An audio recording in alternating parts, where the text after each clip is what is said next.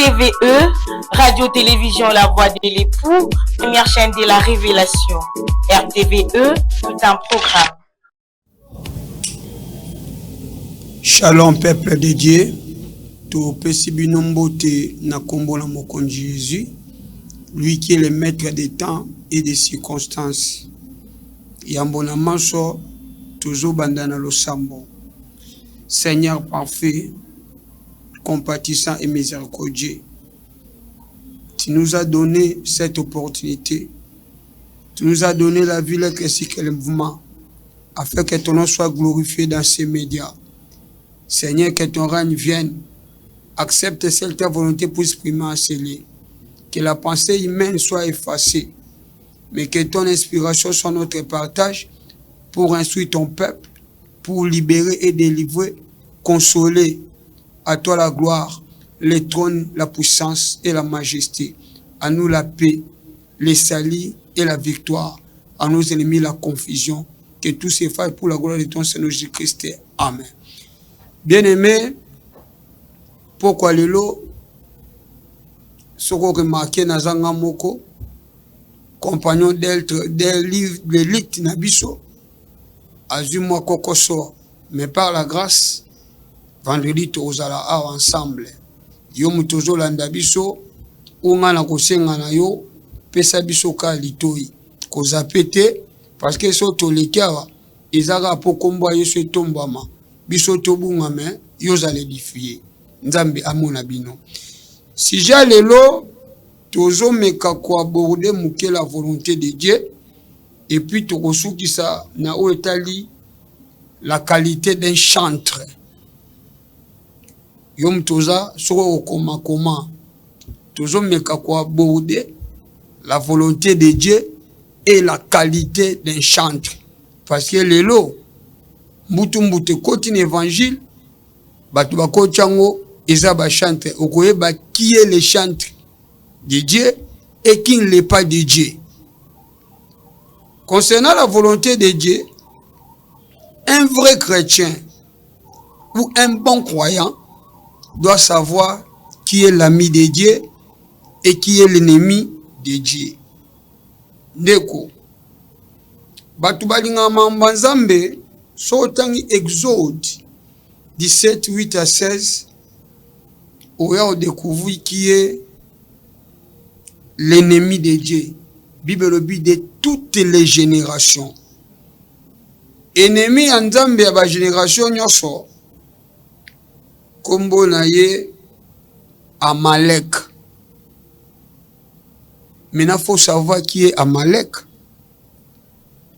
Amalek, Sokotangi Genèse 36, 9 à 12, où on comprend de Hazard descendant ya Esaou. Or, Nzambe a déclaré qu'il y a autant bazala qui non a libuma maman na bango Rebecca. Bible zolo banzamba pona ki Jacob a inaki Esaou. Pourquoi inaki Esaou? Oye biango. Bien-aimé moko yemba Esaou atekaka beaucoup lutu likolo ya biloko akolia, c'est-à-dire Esaou ya son jaka na ventre. Vous comprenez la nature d'Esaou ya mwana.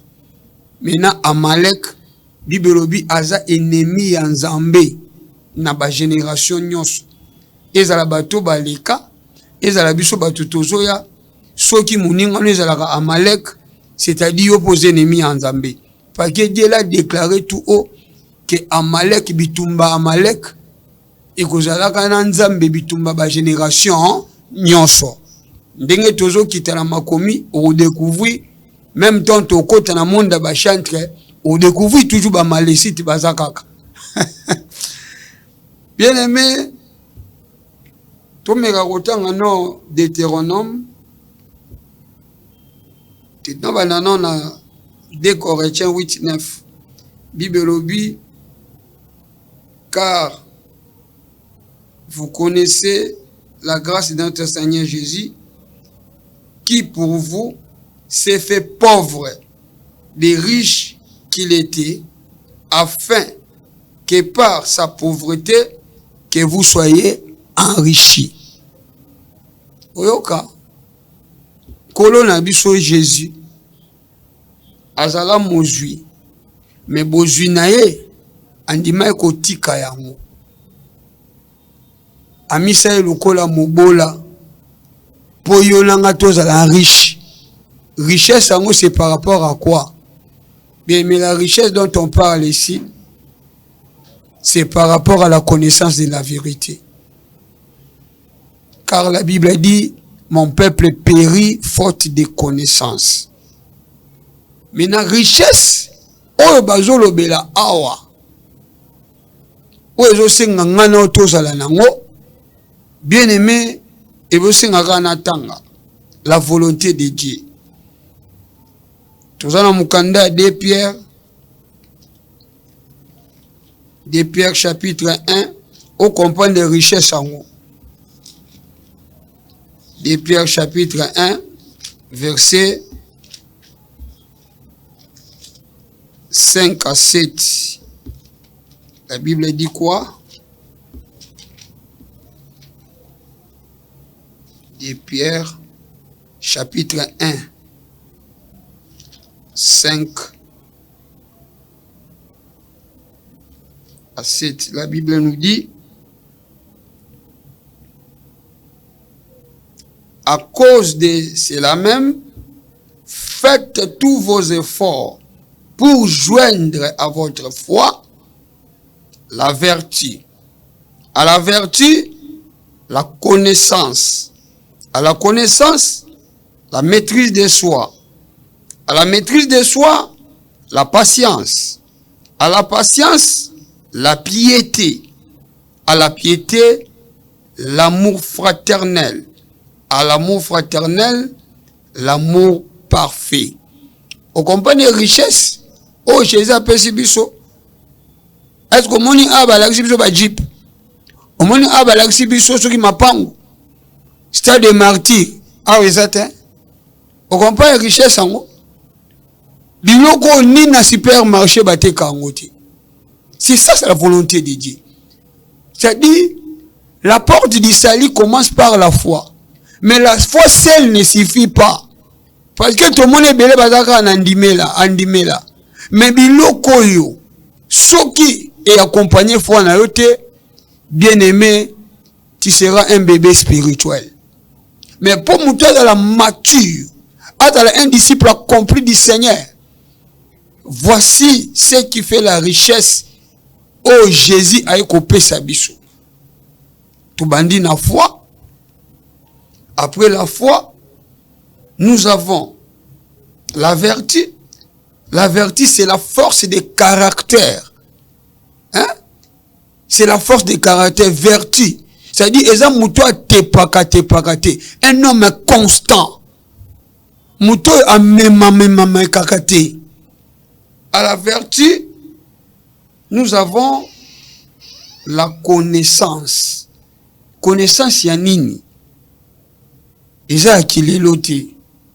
Car la Bible dit ne vous conformez pas au siècle présent. C'est-à-dire la connaissance de la vérité. Oh, la vérité, c'est le Seigneur Jésus qui est le chemin, la vérité et la vie. C'est-à-dire, Moutou, à quoi comme on a vité ce qui a la vérité. Maintenant, le compte de la vérité, c'est quoi? C'est le mensonge. Mensonge est bandanani. Mensonge est bandakana ignorance.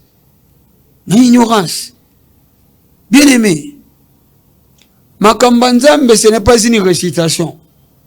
Mais Makambanzambe, c'est une vie. Bibelobi, ezana mukanda moko. Mukanda na mutuasenga kiba pesango. Bibelobi mukanda ngo. Tango ezaki na lolemo ezaki sukali. Mais tango ekitaki na libumu, ekomaki bololo. Yango moni ebele, babenga mabasali. Et puis le Seigneur lui-même l'avait dit. Elangeza munene. Mais basali bambuke. Est-ce qu'à Kosaki? Non, il a raison. Parce que ce jour na Esaïe 4:1, Bibelobi basi sambo. Baoye pas mubali moko. Hein? Basi sambo, baoye pas mubali moko. yoka demande basi wana bayebisa mbala wana nini ndenge toza boye tozala bilamba na biso toza pena lipa na biso me o to sengo zaka opesa biso kombo yo muto oyo kanga na ndaku peut-être eza côté yo kendaka ba o senga ba pesa bango kombo na pona nini pona ko aveugler ba faible pona ko aveugler ba bébé spirituel. C'est pourquoi biso ton toya awa toya te pour okoma fanatique nanga te ensemble local nanga non loin de là tozola kotalisa bino o nzamba pesi biso siko yo moko bando comparer le choix est à toi yo comprendre que naza na kacha fausseté to na kacha vérité parce que mutaza na kacha vérité apanika te même nde to le kaboy ba message nzamba kotalisa biso bakomo lukandenya ko enlever biso ya onte ekimisa biso chaîne to o comprendre là que côté oza mutalo kuta o sa biso pe lokote yeba que l'homme n'est pas maître de son souffle. Tant que nous pensons au sabiso mabe, c'est lui qui nous envoie dans cette chaîne à s'en charger na yo. Parce que mon rôle que la nation na kacha batu, n'a pas que les soins du bosso tata. Nous élevons seulement notre Seigneur parce que c'est la mission pour laquelle a jubiso na ba famille bondoki a molili a pesibiso mayele a pesibiso boyebi pour toi qu'on présenter ici ka bato lokuta bazalaka. Bien aimé, Keba, kozala ami ya Amalek te. Parce que, o esala ki roi liboso Israël a koufa. Parce que il s'est fait ami à Amalek. Autant qu'on commis ami à Amalek, tu te fais directement ennemi à Nzambe. Parce que bitumba ya Amalek, Nanzambe bibi de toutes les générations. Et puis on comprend que toujours le roi Saoul. Nzamba tindi abik tango zo kena Amalek, il faut tout détruire. Tout détruire. Koti kelo komo kote. 1 Samuel chapitre 15, verset 18 à 23.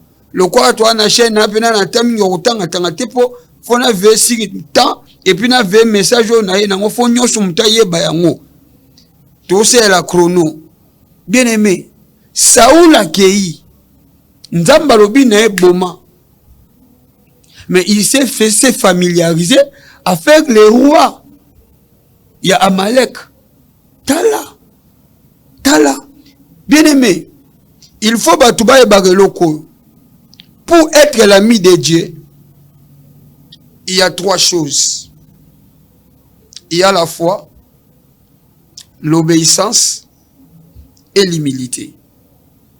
Tant on nzamba zo koebisa azo témoigner pour Jésus-Christ. So tangi Matthieu 17. Bible biba mataki na ngomba moa mulai.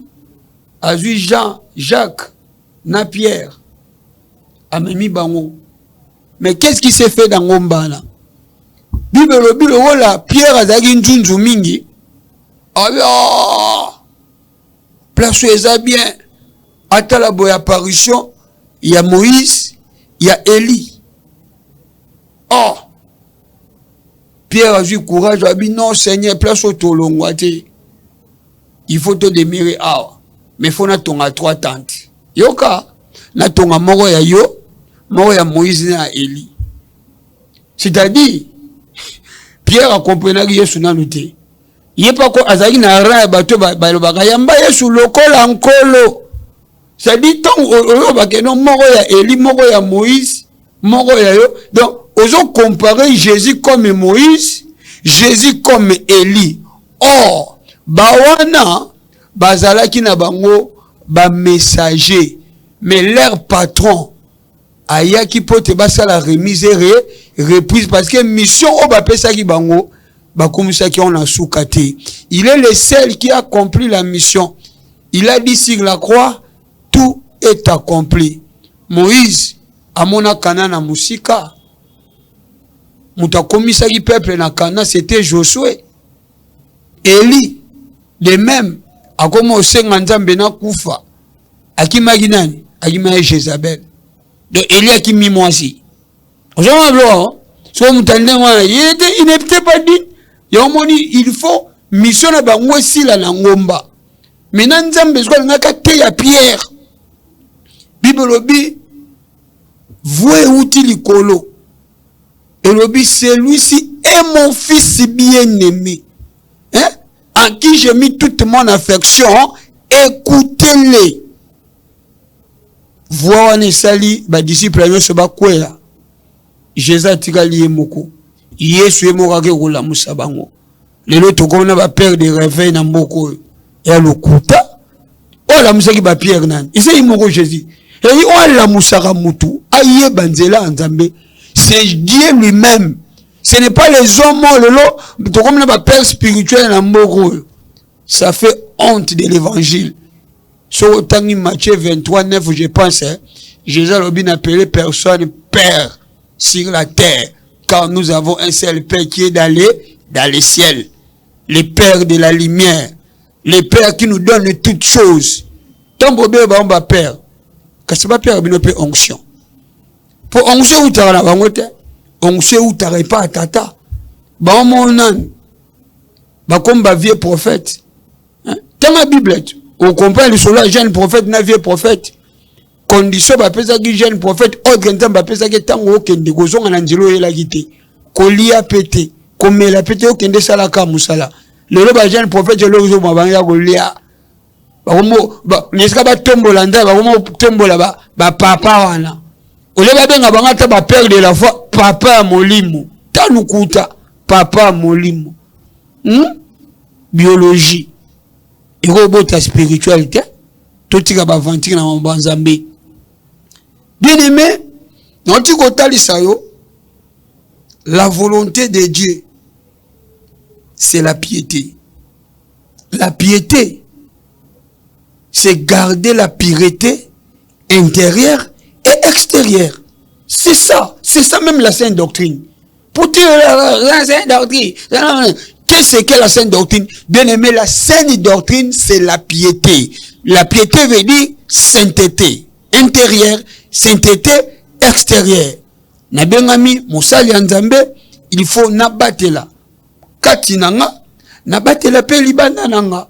Il faut na veiller na comportement nanga. Il faut na veiller na environnement nanga. Mais soit ezo bangisa. Soit disant un pasteur, soit-disant un chantre de l'Éternel, mais à coopérana batouana et ça son évangile. Bien aimé, c'était pas ça. Et ça quoi synthèse na sali na oetali qui est l'ami de Dieu et qui est l'ennemi de Dieu. L'ennemi de Dieu s'appelle Amalek. Amalek est le konyo soyo ezo tombola njoto.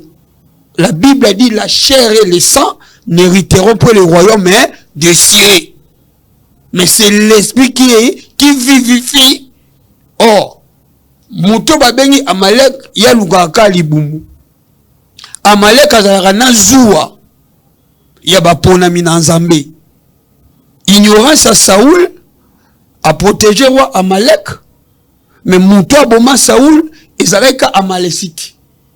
David ayeba kiango ndenini kaka ye Amalekite wana David atuni yo elinga sango ke roi akufi yo monaki ye mokazo bisa David obi roi zalaki des gens secrets na benemi alobi nanga non yaka zwa lance na ngai tchangai na motema po benemi basimbanga te alors na zwa ki lance na bomi son point Moutamemi sango ya liwa ya Saoul c'est Amalekite kaka ka Amalekite o ba ibisaka kendo boma yé a protéger pour na ko déshonorer ordre ya Nzambe ya omoni David azal l'homme sur le cœur de Dieu atunye yo tite pe le lix ya ko simba mupakola mina Nzambe ya ko bomaye et pour me misango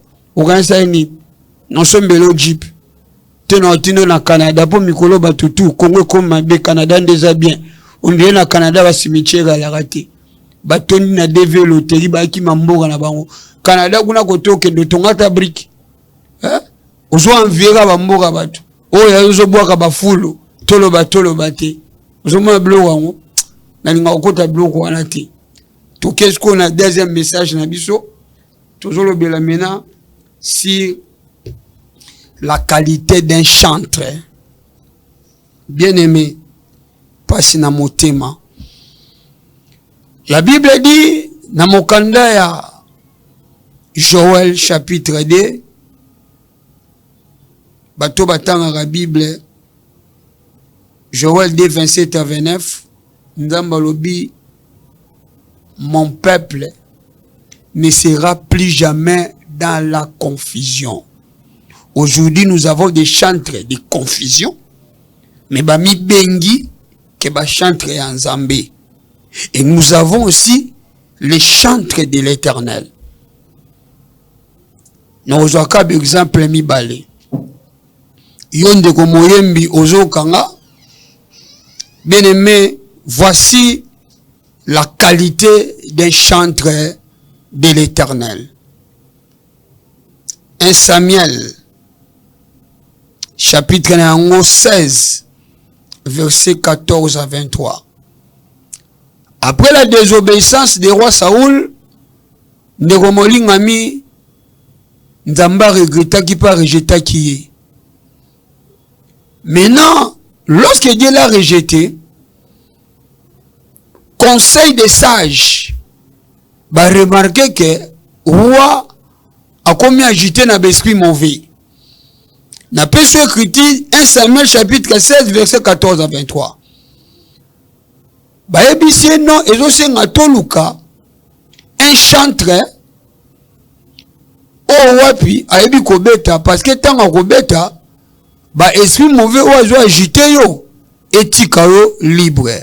Voici les chantres, un chantre de l'Éternel, un chantre ouin, un chantre inspiré, un chantre révélé. Son nom est David. David, azaki 8e fils, nako azaki cadet ya libota na bango, mais rempli de l'onction de Dieu. Bible kende ko jwa David.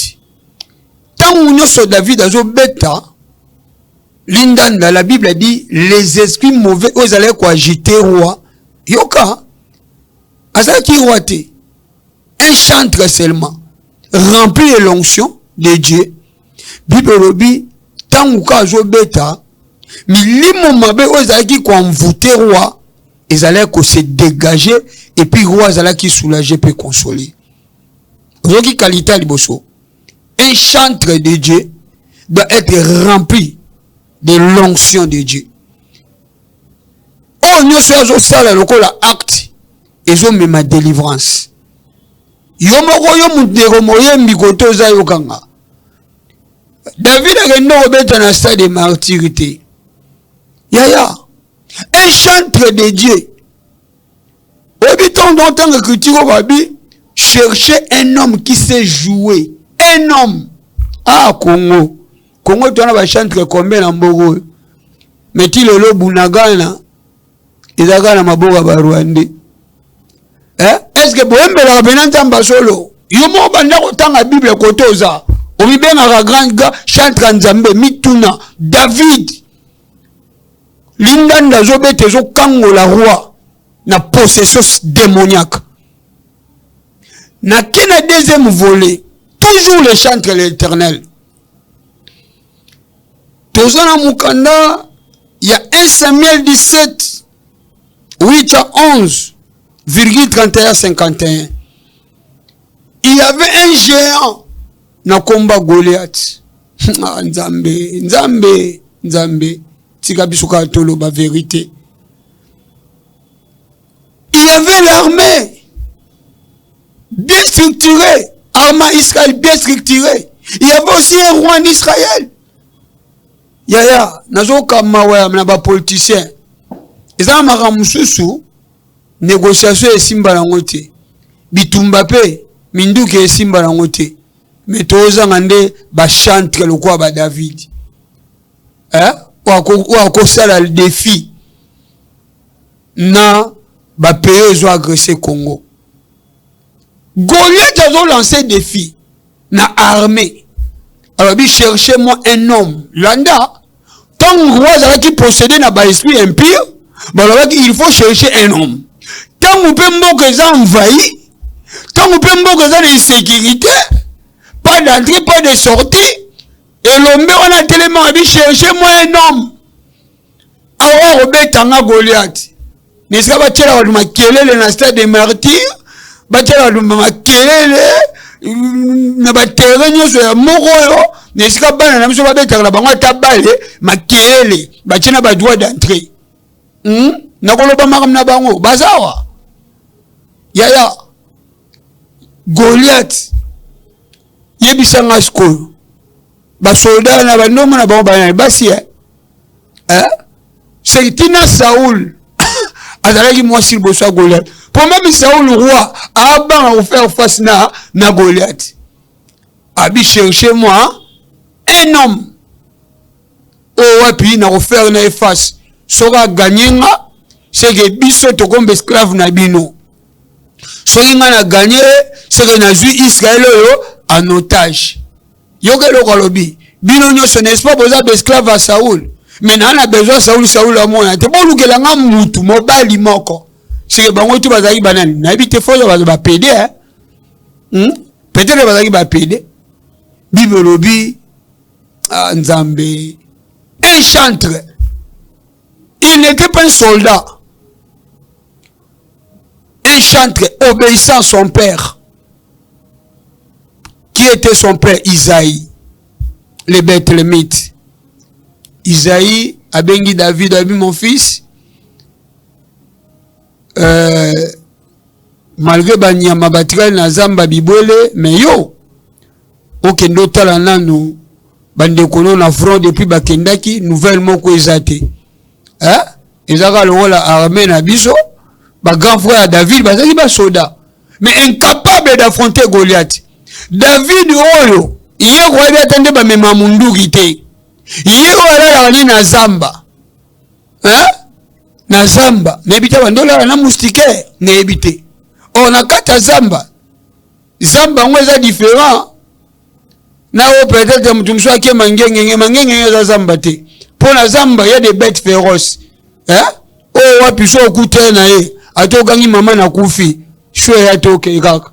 Mais David wana longwe na zamba, est-ce que zale ko battre la bibwele ya papa? A qui pas que nous visiter, bande qu'on n'avait pas d'état de santé pour après sa nouvelle et pas papa. Mais c'était pour lui une grande surprise. Maintenant, qu'est-ce qui protégeait David? C'est l'onction de Dieu. Au mouton dans la onction, même il y a mazamba au cocaïté. Même il y a mouton qui sa abisso ma bé pour tolo la vérité. Tant qu'on sa abisso ma bé mitala li colono, osa kovo, tout la paye le roi. Poso ozana ngo obundisa biso te okonte okoencourager biso. Parce que numéro na biso ya ngwana. O encourager biso. Mais so ozo luka stratégie ni bato na ko effacer ba ndeni na luka tande ko bioshka ba apesa nga programme bato ya ndeni pour ça ba mabe. Mon frère mukolozo akabulu wala okoma tana maringa te amoga nzambo tote ya kufa. So kaza bomo okoma tana maringa te. Tu es bien Nzambe ni to présenter libota. Nzambe o ya bengami le commencement et la fin de toutes choses. Yo oza ni commencement oza pe fin te. Tika no intimidation. Ba intimider Nzambe te. Goliath a zo intimider libota na Nzambe. Mais un jeune homme, un chantre, ba chantre à Congo, un chantre andima risque. Comme on visiter bandeko na ye mbala moko le géant apparaît. C'était 40e jour, ezaki 39e jour. Il y a des filles, mutamon en a raté. Yaya te zambo aume la kaka. David a talaboué, tonka Goliath a telemi na basoda mwana lukinzela. Amunya étrange. Tout ça c'est quoi? C'est petit lelo. Ezala kaboué. Mutu wana zoluka mbali mo abunda naye. David akamabi aluka nani? Aluka mutu. donc mutu azate ngana ndima risque hein bien aimé abika mutoyo afinga armée nzambe afinga na nzambe ate mais tozana ba chantre na mbokoyo ba ofingisa nzambe ba ofingisa na Congo mboka nelaka. Mais nous avons des chantres pasteurs bazo fingisa Congo bazo fingisa basali ya nzambe na mbokoyo. David andima risque pour sauver l'honneur des noms de l'Éternel devant un géant. Nous avons des chantres cachés.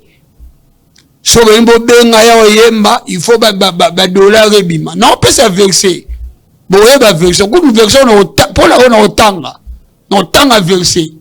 Bien aimé, David a accepté à lever l'opprobre d'une grande nation. La nation que Dieu a choisie sur la terre. La nation d'Israël. Et David chante de ton état, de son état. Andimi a élevé Nzambe. Est-ce que Batumsu Bazol n'a pas étouffé Nzambe? Bien aimé. David a nous garantit naïe. Aval ou écoute na monoko ya roi parce que ce n'est pas lui qui a engagé les pays. Il y a une institution qui a engagé un pays. Aketi komona roi. Roi atali âge naye a minimiser qui hein? Roi azobanga Goliath. Mais David a exhorté roi que personne ne te décourage à cause de cette circoncis. Hein? Yoka, est-ce que nous avons des chants qui ont kende liboso chef de l'État na biso à Congo que non pour la Rwanda, but il y a un musicien à cause de la Ivoirien, je pense que non, Alpha Blondy. Andi ma pe risque, aza chantrette. Pour la Morana, c'est ça, non? Mais nous avons des chanteurs, bah, politiciens, au Baïba Mbon à Congo. Tala, Sony. Mahamba chante Bossa Namboko. Hein? Toi là, chante sa père. N'a pas ça, l'Andamé, bah, sa père. Bah, star. Mais Mboka n'a besoin de Boumbu. N'a pas Mboka, moi, Moukier. Makamuse zote na mukonza mboka te. Délivrance à Israël yaki na nzela a chantre non. Mais bango ya biso ba chantre to na bango awa baza ba chantre matolo. Hein? Ba chantre. Ba motonga banda ba wondra banda ko étage, ba wondra ba tondisa ba martyr pour ba tonga ba église. Les chantres que nous avons ici au Congo, les chantres musiciens, les soi-disant des prédicateurs de la lettre, sans inspiration. Bien-aimé, David, abandi qu'on rappelle le roi. Abindo moninga malgré mon jeune âge ici, avant d'en Zamba, et si kaba nkosi baza, et si kaba oursi baza, kosi aya azwa mwana meme, na landan kosi, na botola meme alinga menacenga merci alinga menacenga et puis na senini na finir na gorge et puis na battre mais na récupérer nini meme yoka un véritable berger. Mais là nous avons des bergers chantres bango balia kande ba meme pembe na bango zaka basi ba divorcer yoka. Mais babité que baso besoin divorcer bazape ba ama bato nzambe. Osuma bere rango. Ba amo yeso akufela. Mais bino besoin ni ba amo anye pengwa, mais na munoko besoin ba nzambe. Yeso pa bino mabe marambo. Bien-aimé. David a fait face à Goliath. Aïbisa Goliath nini. Ozwa liboso na ngana balance. Na ba javelo. Mais ngana zwa liboso na yo. Au nom de l'Éternel. Aujourd'hui, quand un chantre de Dieu a élevé Nzambe, même ici, il risque ça. Mais nous avons des chantres ici, bango, ba élevé Rabanan, ba mentor na bango. Hein? Et non Dieu. Tika na tanga ne critique par rapport à temps au ba pesinga. Ecclésiaste, ba chante la confusion boyo kanga bien. Tout là mukanda Ecclésiaste chapitre na yango de Sonia Soni chapitre 2 verset 3-11. Oyo kamusala ba chante la confusion ba tchena mboko. Ecclésiaste 2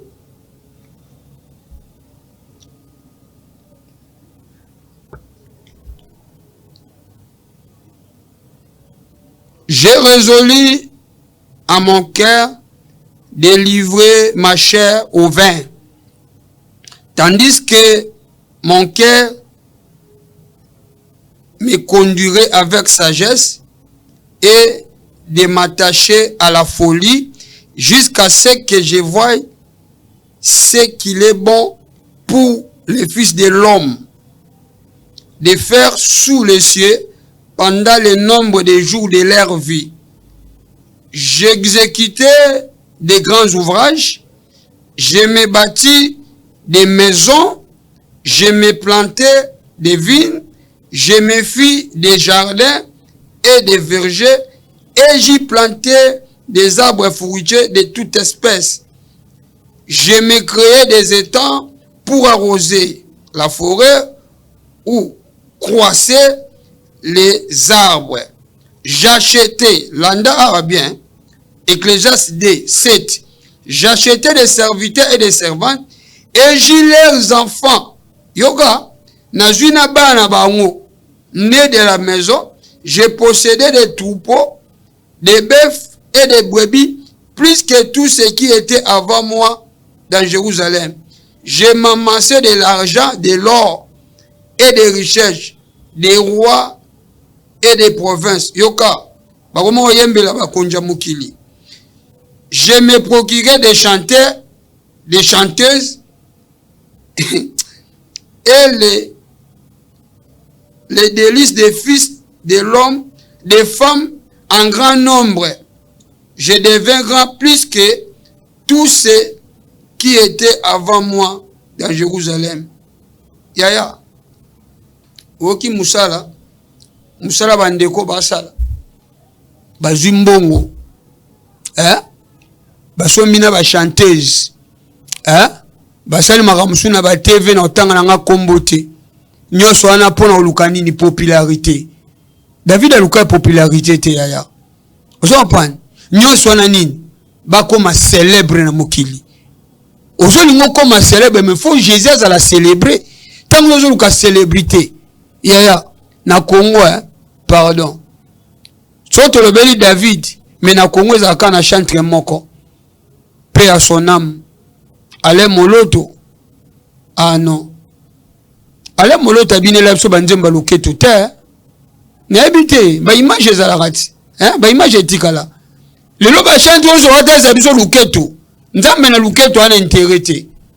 Parce que loketo est un monde de séduction. Loketo, monde de séduction. Loketo est un monde de séduction. Rumba na nkolo, papa totika baje. Totika baje.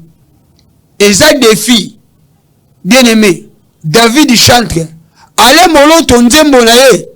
Ezo tiksa mutu bière.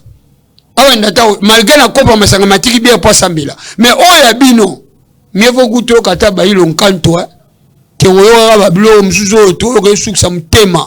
Na tangi kombo wana po nzembo na mo to ba pasteur mais oyo katoli. Mais o musu ya luketo yango te yaya. Yo chantre o lugo sala ba faire na kombo Yesu. Kombo Yesu ba sala ngo ba faire te. Yesu ba teka ka ete. Judas kagote mukolo aluka teka Yesu. Yemu wa kufaka liboso ya Jésus. Alors boti oza kombo Jésus, boti ba panneau, boti na ba droit d'entrée. Yesu alobi bozwa ki ya ofele, bo pesa ya ofele. Tant biso toye awa.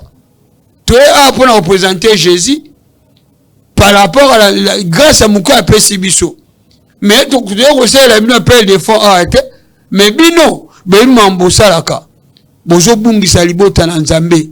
David chantre andima risque pour sauver son peuple, pour libérer son pays na maboka ba Philistins.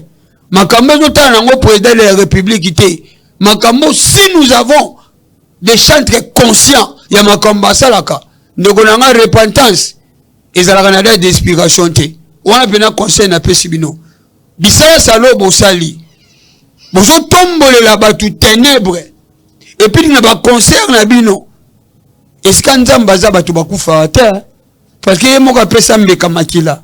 Mais so moni mutage beta musique batu bakoma kufa, yo luka osela nani? Hein? Bible quand votre anniversaire le diable cherche qui le dévorera. C'est que bino bokoma lokola ba commissionnaire à diable amela makila ba na Nzambe. C'est pourquoi repens-toi. N'abissio bien repentance et Canada d'explication te. Miséricorde Nzambe pe et sa Canada d'explication te. Yangwana to senga na bino bandeko bayembi. Boke musika ya vérité. Bozonga. Modèle na bino. Soki boboyi David. Mais bolandata papa ale moloto. Bolandata ye. Bozonga na nzela. Hein? Bosalata lokola la fa prodigue. Hein? Akimaki, ake musika, ake liana bangulu. Yoso liaki na bangulu. Mais mawanzambe silite. Liki 15. Bien-aimé chantre pasteur. Repentance et Canada d'explication te. Zonga. Hein? Le Seigneur est là. À la colère riche à bonté. Zonga. Ko inanga te pona lobi vérité. Hein? Oye na monde ya musique te pour ça la business. Mais soko lobi kozan chantre ya Nzambe. Copier papa ale moloto. Copier David peut-être na nzela na yo. Pour récupérer Bunagana. Pour récupérer ba territoire o nyoso ba Rwanda bakangaki. Nzamba likolo. Akanisela libota na ye. O balandi biso. Na pesa ki adresse église. Tozan avenue démocratie. Numéro 2. Route Sifoko. Côté Okulumba, côté Sifoko. Na triangle en église ezana. Cité des disciples missionnaires. Numéro na biso ya mwana soko bengi biso. Okozwa biso. Tobandaka na losambo. Tozo succès na losambo. Seigneur, merci pour ta grâce. Seigneur, tu es notre source d'inspiration. Sois élevé une fois de plus. Chemin de retour. Zamba Lola. Batela biso. Munguna tikala jamais qu'on souhaitait vérité théama. Car tu avais dit dans Jean 8:32, vous connaîtrez la vérité et la vérité vous affranchira.